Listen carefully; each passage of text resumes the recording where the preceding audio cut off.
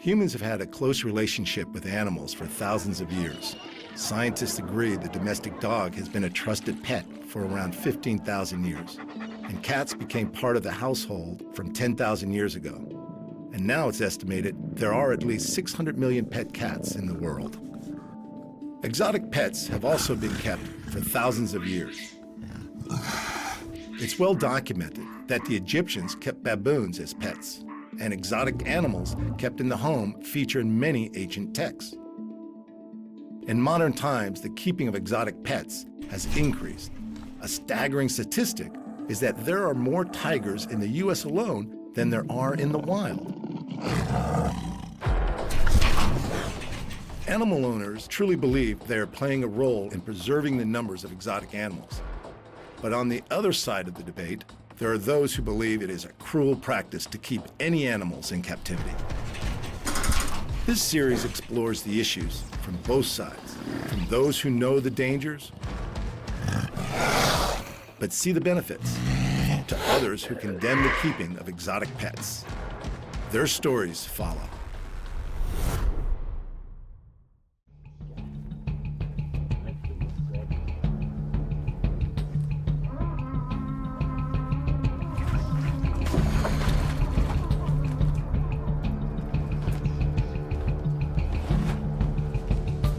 His mum actually has put me in hospital for 24 hours, where she bit me when I was feeding her and damaged a tendon. And if I release any pressure off him, he will know that, he'll feel it, and he will then react to that. Extremely strong, extremely strong. You can stress them out too much, yeah, but when he's that little, he's okay. Because they're not going to attack you just because you're there, but if you land on and get too close, it's like anything, you're in their space, they're going to let you know. But look at that, it's beautiful, isn't it? Yeah, okay. I might put him back so he doesn't stress out too much. Australia has a reputation as having some of the most dangerous animals in the world. Gane Doyle has been bitten by almost all of them.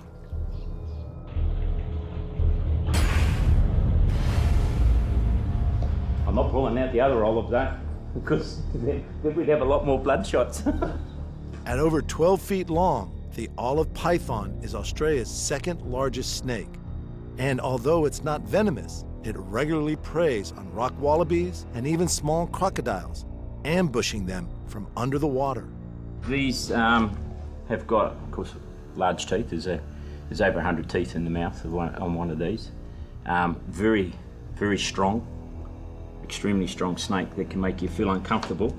This one here has wrapped around my neck once and made me feel quite uncomfortable. Now, one of the things that we do here so that the snake knows it's going to be picked up and not being fed is we use our hat. That's why we always wear hats. He now knows, because they are intelligent, he now knows he's not getting fed. The danger is not from the snake's razor-sharp teeth. It's the sheer strength. If that wrapped around your neck, it can cause you to black out without any problems. I can feel the strength around my throat at the moment. He wants to go back to his warmth. Extremely strong snake. This particular snake, I had him out at the other end of the shed, just doing a display, and he reached up using me as a perch, and I could feel myself blacking out because he put so much pressure on my neck, it was slowing the blood circulation off to my brain, and I started to feel a bit woozy. We're going. I'm trying to shut the door back in. Cool. Gane and his father run the family business, the WA Reptile Park in Perth, Western Australia. He's grown up living alongside Australia's apex predators, venomous snakes, crocodiles, and dingoes. Not all the animals here are deadly, but the majority can do some serious damage.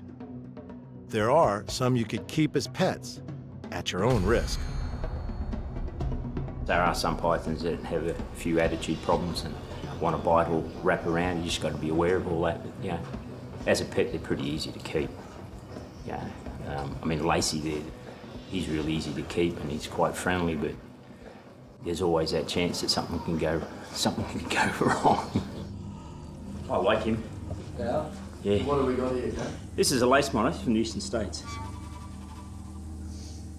A lot of people in the eastern states have these as pets. And this one here has bitten me. Got very sharp teeth, but that was only because I was feeding it. It missed the rats that I was feeding it that day and grabbed all 5 fingers on one hand. The claws and the teeth are extremely sharp. When this fella bit me, and again it was only by accident, he did do a bit of slice and dice in my fingers, but there was he didn't cause me any problems to go to hospital or anything like that. Yeah, I may have needed stitches, but I stayed home.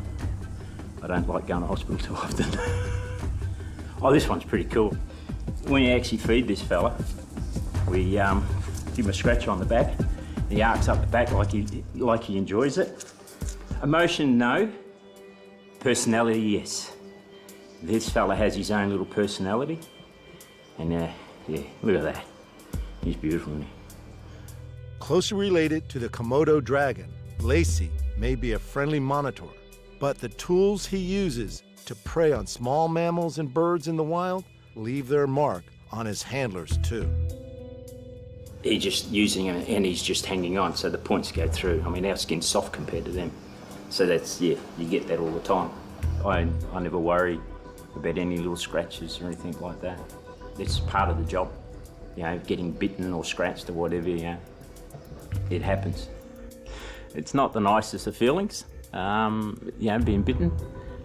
But with this type of job, it can happen if you don't pay attention to what you're doing.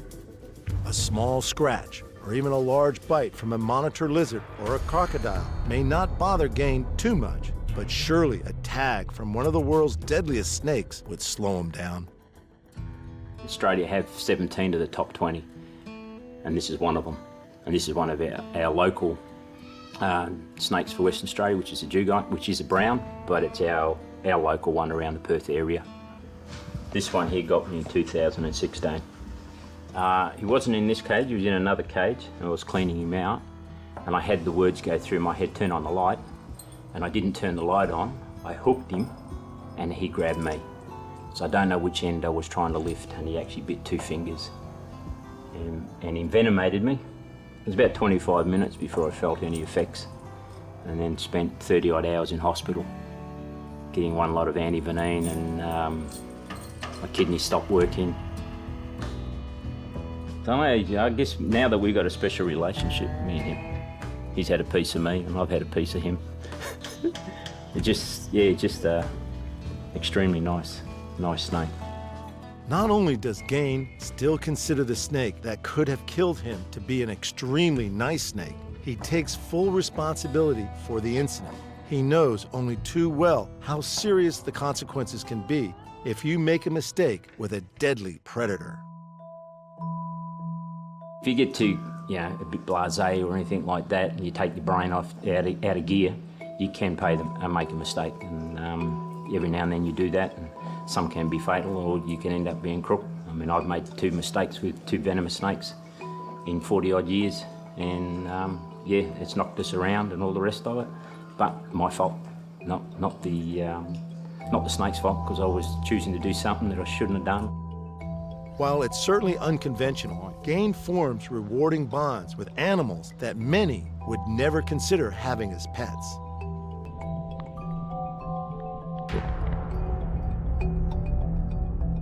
Well, I used to have my first tiger snake. When he passed away, I was quite upset, because I used to go to do displays and talk to these kids and say, instead of on theory, I now had practical experience of what a snake bite felt like. This was the one that did it. And when he passed away, I was quite upset, because we had that special relationship, that bond of, that was my first bite. Again, it was my fault, but it was still okay. I'm now one of the people that had been bitten by a venomous snake and survived. this one's bitten you as well. This one has bitten me as well. But he's still a nice snake. It's still a nice snake, yeah. And in a very Captain Hook moment, we meet the mother of the crocodile we saw earlier, the one that sent Gane to the hospital and could have easily taken his hand. She bit me when I was doing a feeding display in here with 45 kids. And it was the first chicken of the day, and I normally feed around 12 o'clock, but I decided to do it later. And when I put my hand over with the tongs, because we use tongs for these little fellas, had a chicken in the end of the tong, it saw the hand and just grabbed hold of the hand. I went through all the scenarios of what should I do to get it off. And I thought if I pulled my arm up and put it on the balcony, that see if she would release, but then I realised with those teeth that they slice, she would have done more damage. So I just hung there and just waited. Our eyes met, so we had a moment for a little bit, and then eventually she let go and slipped straight back into the water. I swapped hands and continued on feeding them. It severed 80% of one of my tendons and went through the knuckle. So it wasn't too bad. If it had rolled or twisted, it could have severed the tendons or severed a few more, but I was all okay. I didn't lose any fingers or any movement. Yeah, just out of action. But does this croc remember his human prey like the crocodile nemesis remembered Captain Hook in Peter Pan? I think she does. I mean, she's had a taste of me, this one. She knows what I taste like, so yeah, she likes me. Young girl. That's my girl. Gane's experience working with crocs means, despite their previous encounter, he's not concerned about getting too close this time. She stays there, 'cause I'm not moving any further to her. She's already let me know that she doesn't want me any closer by a bit of a breathing and huffing at me. I feel quite safe here. She's not going to move any further from where she is. And again, it's the colder weather, and if she was warm, she'd be straight into the pond if I was getting too close. They're not going to try and attack. I've been closer to one and actually fed one closer. And it did get me when it jumped up to when feeding. It jumped up, missed it, and just caught me on the hand. And I was right next to it feeding it. Yep, that's the boy and the girl. They're the dingoes. Go and see them. Australia's wild dogs, dingoes, are sometimes kept as pets, but most owners will tell you that they can never be completely domesticated. This is Blondie, and she's a good girl. When we first got Blondie, she broke out of her pen. She found a very small hole, about 6 foot off the ground, and climbed out. But she's so blonde, she showed me where the hole was so I could fix it. Didn't you, girl? Hey? Hey? How about we go and see Max? Hey? Are they allowed to come in, Max? Come on. Hey? He was brought to us to the park because their situation changed. We normally don't take them on if they're over 18 months old because their personalities are really set. But Max was really good. He bonded to us very easily, so I decided to take him on. I don't 100% trust him, but yeah, I can pick when he's not right. Come on. Hey. The only thing with dingoes, you can't train them. They don't come when you call, but they're highly intelligent. The dingoes are as close to pets as any of the animals here at the WA Reptile Park, but Gane remains alert when around them. They still have that killer instinct. They'll still knock off other animals. Yeah, people do have them as pets, but they just got to be aware that they're totally different. If you really bring them up right, they are extremely nice pets, but you got to treat them nicely because they don't ever forget.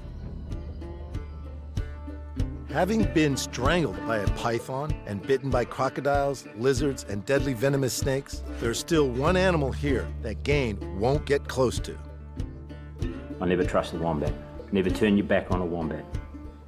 They are dangerous. It's automatic, get out. Especially the males, breeding season, they change and they will attack. And they jump up, and it's pretty dangerous for a bloke because they can jump up about 1 metre high, and if you're facing a wombat and it jumps up 1 metre high and grabs what you don't want it to grab, it's gonna hurt. Has happened in the eastern states. Bloke had a lot of microsurgery, but yeah, no. I'll go and play with a croc any day. You know, some people don't want to live next to a 400-pound potbelly pig. So, in fairness, when you do live in a kind of a built-up city, you know, choose the right pet. Riverside County Animal Services are an animal shelter organization and vet clinic servicing one of the largest counties in California.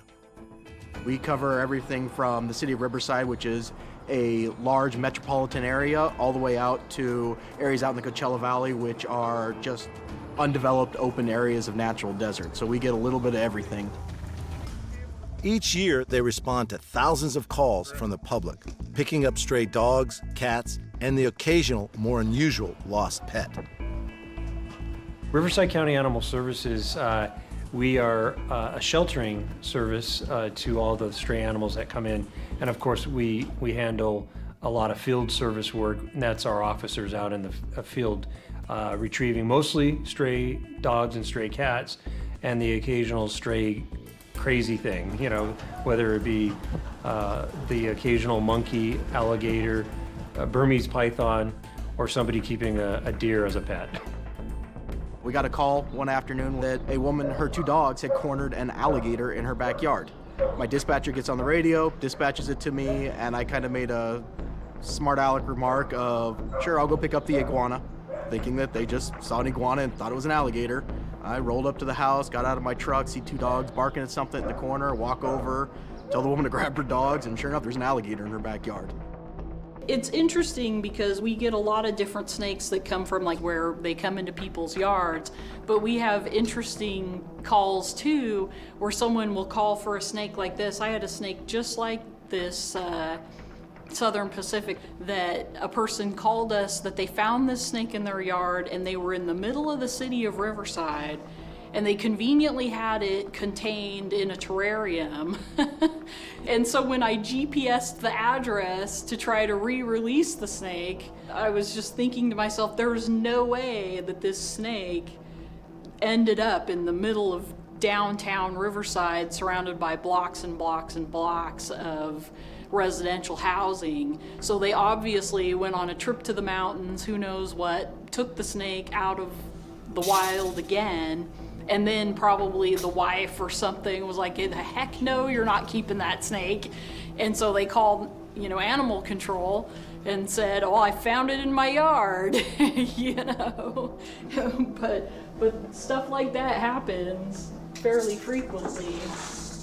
You know, well, most of the time it's a legitimate call where you can see, you know, their house is butted up against, you know, natural landscape, and it's like, yeah, if you're going to build your home on their habitat, they're going to come into your yard. But occasionally we get these strange calls. I've personally got one call where someone had a rattlesnake that they had caught and taken it home, stuck it in a china cabinet, put duct tape across the door of the china cabinet and stuck a brick in front of it and had it in there for a week. And then they quickly realized that they couldn't safely open the door to feed it and didn't know how to care for it.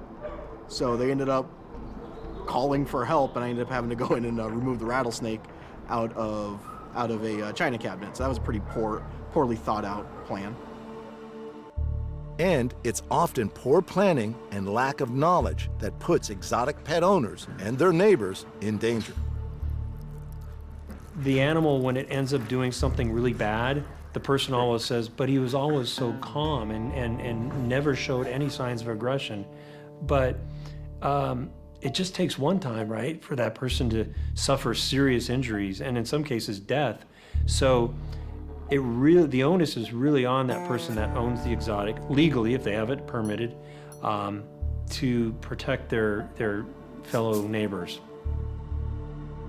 In 2009, a 330-pound pet tiger escaped from her enclosure and was discovered in the backyard of a very surprised 79-year-old woman in Ingram, Texas. A 275-pound pet cougar escaped from his cage in a Florida backyard menagerie and killed a neighbor's dog in 2012.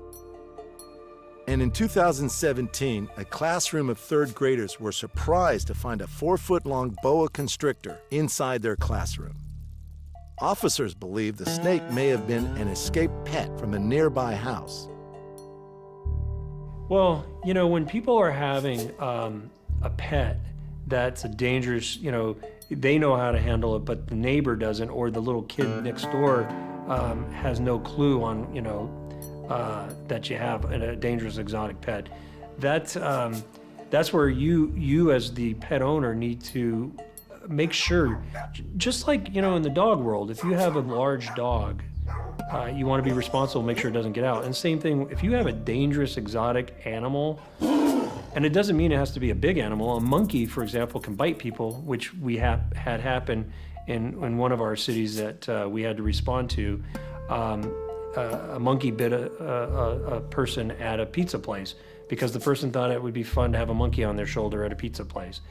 And so you gotta draw the line sometimes with having a cool pet that's cool for you to have, but making sure your community members are protected and safe. And that would be our message to those folks, is make sure that exotic is not gonna harm anyone. One of the most common exotic animal escape artists is the snake, and the Riverside team are often called to retrieve venomous reptiles from suburban areas. So both of these guys are from the local area that were brought in by our animal control officers, and I keep them purely for the purpose of using them for training, for rattlesnake safety and handling. So this one is a western diamondback rattlesnake, and how we came across this one was that there was a woman in Palm Desert who had to be put into a care facility, and when they went in to get her out of the house, she had this snake in an aquarium in her house, and it was a little 10-gallon aquarium. The snake was a really tiny little baby, probably just born that year, and so it was a little 10-gallon aquarium with a fish toy in it, like you would see in a fish aquarium, like a sunken ship toy. So she was trying to keep it as a pet. And so because we don't know the exact location of where it came from, you can't just take it and relocate it and throw it back outside. So for us, the only options are either, you know, you find a home for it with a research facility, or maybe an educational institution. Otherwise, it has to be euthanized, unless we know of the natural area where it came from and we could relocate it within its home range. While Kim provides Riverside officers with venomous snake handling training, there's no way they can train for every possible animal encounter. Burmese python is a common home pet, or at least in the state of California it is. Another county officer, she got a call in the middle of the night that a 30-foot snake was going through this person's front yard. She shows up on scene, calls me in the middle of the night, wakes me up, and says, "Hey Dylan, I need some assistance. I have a 30-foot snake." So I thought she was just joking with me at first, and sometimes we joke with each other and give each other prank calls and stuff like that. But I made it down there, and sure enough, there was a large snake under these people's, I believe it was a eucalyptus bush that was going alongside the fence line. All I did was grab it with a catch pole, got that around its head. The snake obviously coiled up around the pole, and then we just carried it to the truck like a rotisserie rack. One person on one side, one person on the other side. We put it in the truck like that. We'd let go of the loop, and it hung out in the truck for the way back. You know, a lot of the training for some of these exotics kind of happens like that moment in time. You don't really respond to a domesticated deer call every day. When it comes to like a Burmese python, it's, you know, the officers, They're really good with their control stick, or the catch pole, as it's known. Some of these are just really kind of bizarre calls that they just have to use their instincts. Bear in mind, the officers are dealing with some of the most vicious dogs that you might see walking the street. Some of them are bully breed dogs. Some of them are very aggressive. And these officers don't scare easily. In fact, I think the Burmese python scared that one officer more so than a large pit bull coming at her. Those are just such weird, odd calls, and you don't really know how to handle the Burmese python, and you don't want to get choked to death. So those types of calls are sort of like, you learn as you go sometimes. Every call out comes with a risk, and Riverside officers can just never be sure what they'll encounter when they arrive at a scene. At the time of it, it's a little hectic and scary just because you don't know if it's fully domesticated. A lot of people, they have these quote-unquote wild animals for pets and never socialize them properly, so sometimes they will bite or do other things that aren't foreseen. Much of what Riverside County Animal Services does also involves educating the public about choosing the right pet and then providing that pet with the appropriate care. Those folks that like, for example, to have a Burmese python, sometimes they get them when they're young, and then they're not really fully educating themselves on just how large those snakes can get.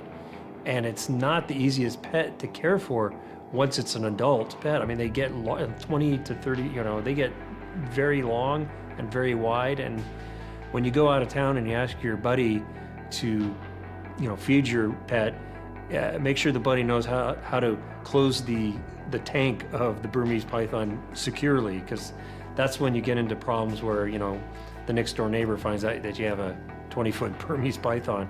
Educating the general public on exotics is important because some people like to have interesting pets. And then when it comes to animals like a tegu lizard, quite an amazing critter, but they can get big too. And your neighbor may not want to see that tegu lizard knocking on their front door. So, it's really making sure that that exotic pet is going to stay in your property and not wander off, because that can really scare the heck out of somebody if they are finding out that you own that tegu lizard and they didn't know that. Another one, I had a tegu running down Wood Road. Somebody called for a large lizard in the road, so I arrived on scene, and sure enough, there was, the body was probably only about 2 feet long, but the tail's about 3 feet long, and their tail is stronger than heck, so they can whip you and cut you open with that. It's kind of like keeping some of the more aggressive dog breeds. If you've got a responsible owner that knows what they're doing, you can keep some of those safely.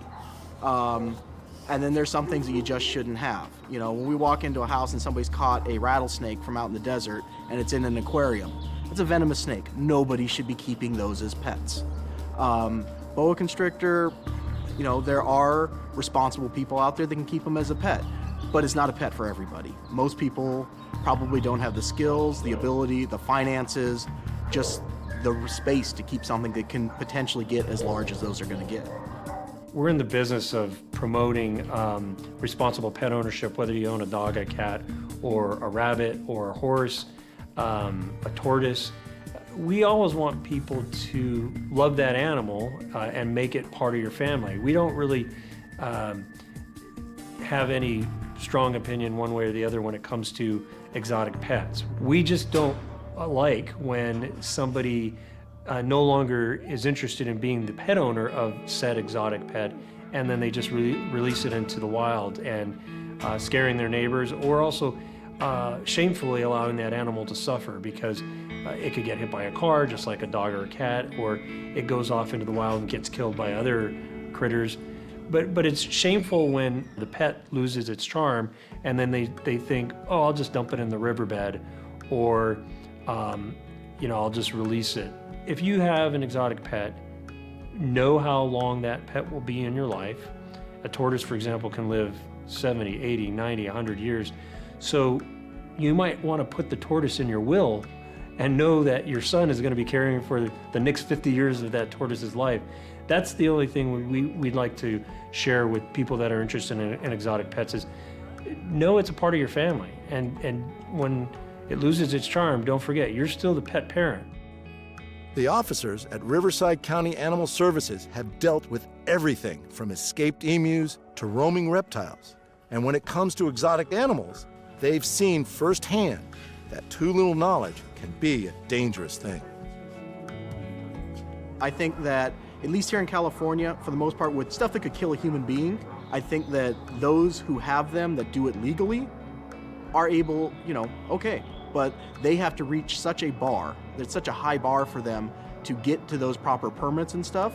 I'm kind of okay with those people. It's the backyard person who doesn't know what they're doing and doesn't have that training and hasn't gone through all the permitting process and the inspection process to try and keep a lion or a tiger or, something else along those lines that it's a recipe for disaster. You can go to any zoo, any private place in the United States or around the world, and as soon as there's a fence, you don't have to treat them like a tiger. They're not predators anymore. They're just beautiful, interesting, and here for our enjoyment. From the fashionable Victorian menagerie to the animal stunts we see in modern movies, exotic animals have long performed for our enjoyment and entertainment. But what happens to the animals when they can no longer perform? Many end up at sanctuaries like the Performing Animal Welfare Society, a 2,300-acre natural habitat wildlife sanctuary located near San Andreas, California. This unique facility is currently home to 9 elephants, 4 lions, 1 black leopard, 7 bears, 22 tigers, and co-founder and president Ed Stewart. This is Kim, and she's in there with Roy and Claire. She's 15 years old, came out of a roadside zoo in New Hampshire, and was scheduled to go to the pet industry. Somebody intercepted her and brought her to us when they were just cubs. Hi. I know. You're a wonderful girl. Yeah, you're good. PAWS provides homes for retired or mistreated animal entertainers and investigates reports of abused performing and exotic animals. Unsurprisingly, Ed has strong feelings about exotic animal ownership of any kind. I know that there are some good facilities and some are good, some are bad, but the ultimate goal for all of these places is a little murky to me. Is it to return animals to the wild? Is it to teach people about animals? I think all of it is ineffective. In the history of the world, nobody's taken a captive tiger and put it into the wild. And with the shrinking habitat, it's never going to happen. So reintroduction is a pipe dream. It's not going to happen. And while some may argue that captivity is a valid way of preserving a species or educating the public about conservation, others, like Ed, believe that captivity changes an animal to the extent that it is no longer anything like its ancestors. Our mission is to give the animals that we take the best life we can give them, knowing that we can't give them a normal life. We can't give her a natural life. She's 15 years old and she has never had to catch her dinner, never had to hunt for her food. We have provided everything. You put an animal in an enclosure, whether it's a big enclosure or a small enclosure, you have totally changed their life. She's an apex predator. She would hunt almost constantly looking for enough food. She would be raising babies. She would have an incredible responsibility in the wild, and she would rely only on herself. Their natural history is so ingrained in them to perform their duties, and you take all that away in captivity. As soon as you put a fence up, you create disrespect for that animal. It's something of a contradiction for Ed. On one hand, he's against keeping wild animals in captivity. On the other, he keeps captive animals. We're honestly looking at these animals every day, We really want to do the best we can for them, but the best thing you can do for them is not promote it in captivity, because they're just not designed to live captive. And it's a black and white issue. So we don't look at her or him like a tiger. We look at him as an individual. They're so far removed from a real tiger in the wild. We know we have to do absolutely the best we can for them and give them the nicest place we can to live and the best vet care. But if we had a breeding pair, I would be heart sick if I was the one responsible for creating a litter of baby tigers that would have to live their whole life in a cage. You know, it's just basic freedom for a tiger to be wild. PAW's Director of Veterinary Services, Dr. Jackie Guy, has the job of ensuring that all the animals are kept healthy. Many of the problems she sees are a direct result of captivity.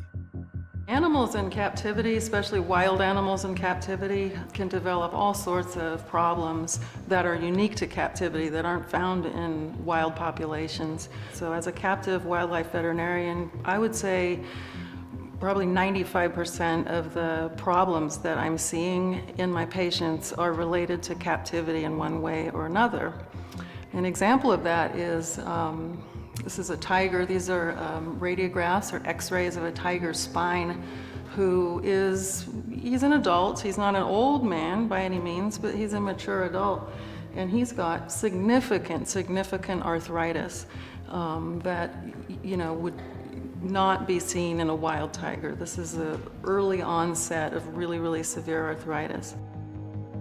And the problems Dr. Jackie sees associated with captivity are not just physical health issues. Confinement is very hard on animals, regardless of the size of the cage. Being confined brings with it all sorts of challenges for especially formerly wild animals or wild animals. Wild animals are not domesticated. In other words, they're not used to being held captive. And so there are instincts that they have that are they're not able to express, and that leads to frustration. It leads to a lot of behavioral problems, a lot of anxiety and stress, which sometimes they'll end up pacing or tossing their heads or doing various repetitive behaviors. And we've all seen that. We've all seen a pacing bear in a cage or a tiger in a cage. That's abnormal. They don't do that in the wild. Also, a really sad thing is when an exotic animal begins to self-mutilate or damage itself, pull its hair out or pull its feathers out. And that's an unfortunate consequence of stress, of being in captivity. Winston, one of the sanctuary's current bear residents, has only recently stopped displaying those telltale signs of captive boredom. Captivity, it's a challenge. When you look at California mountains, that's where they should live.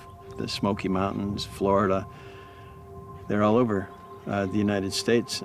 And when they're in captivity, a lot of times, they're one of the worst pacers, one of the worst at rocking their heads. They just don't have anything to do. As former pets or performers, the animals here are accustomed to being around humans. And many involved in the exotic animal ownership debate believe that they should continue to enjoy human companionship.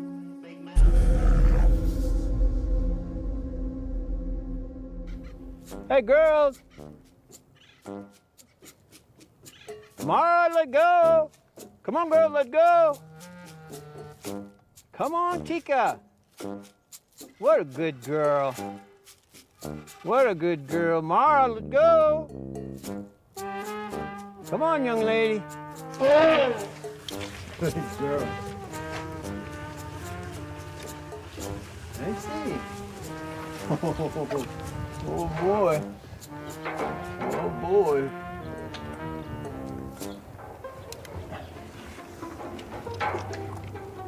See their teeth, they're made for eating. You can see it in there. They're made for eating branches and hard brush and eating a very low protein, high fiber diet. we don't ever teach them tricks just to teach them a trick, but in order to check their teeth, it's good to be able to handle them a little bit. We don't go inside with them, but we do it from the outside. Elephants can be really, really excellent patients. They're very intelligent, they enjoy interacting with us, and we use positive reinforcement training with our elephants, meaning they choose to participate in their own health care, and they're rewarded for that. They're never punished. And so, consequently, it's actually quite easy for me to provide veterinary care for such an intelligent species. They're very easy to work with. They voluntarily will allow me to draw blood, take x-rays, work on their feet. Even more invasive things like collecting a small biopsy, things like that. They have learned that, we're not here to punish or harm them in any way, so they're actually really good patients. But not all of Dr. Guy's patients are as cooperative as the elephants. It can definitely be dangerous being around dangerous exotic animals, dangerous wild animals in captivity or free-ranging for anybody, including an owner of an animal, but certainly for the veterinarian. And so again, it takes somebody like myself who's had specialized training to know how to safely treat these animals, but there's always a potential for, somebody to get hurt.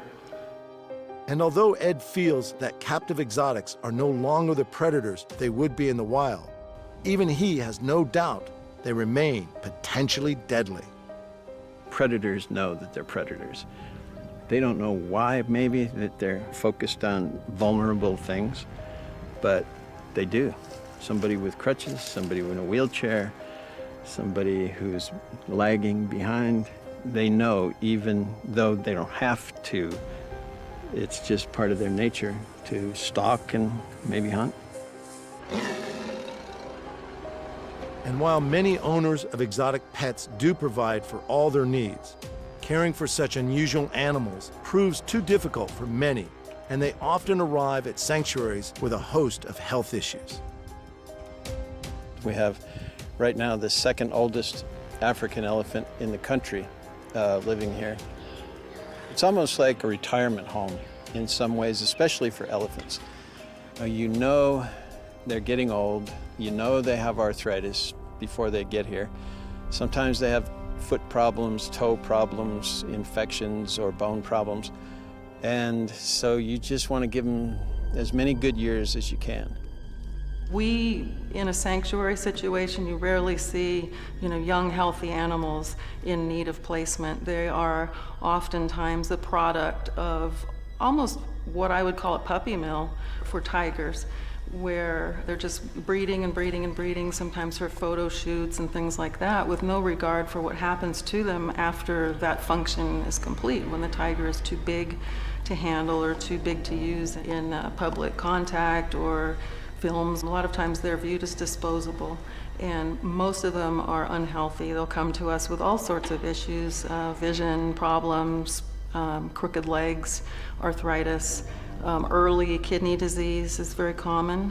And some of those conditions are genetic. They're congenital problems that are passed on from generation to generation.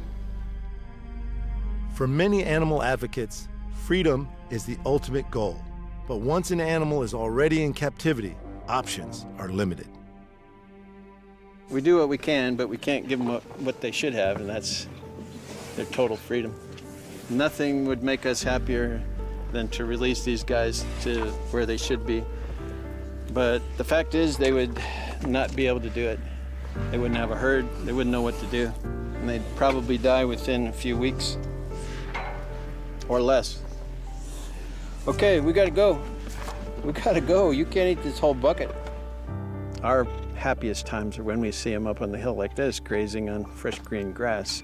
When you have a sanctuary, you live for moments where the animals are doing something that they would be doing in the wild. So if they're in a mud hole, if they're grazing, if they're pushing on a tree, if they're tearing branches off, those are all kind of rewarding times for us. But it's not a substitute for the wild. While Ed may be able to provide the illusion of freedom to the animals in his care, he's very aware that true freedom is something they'll never know.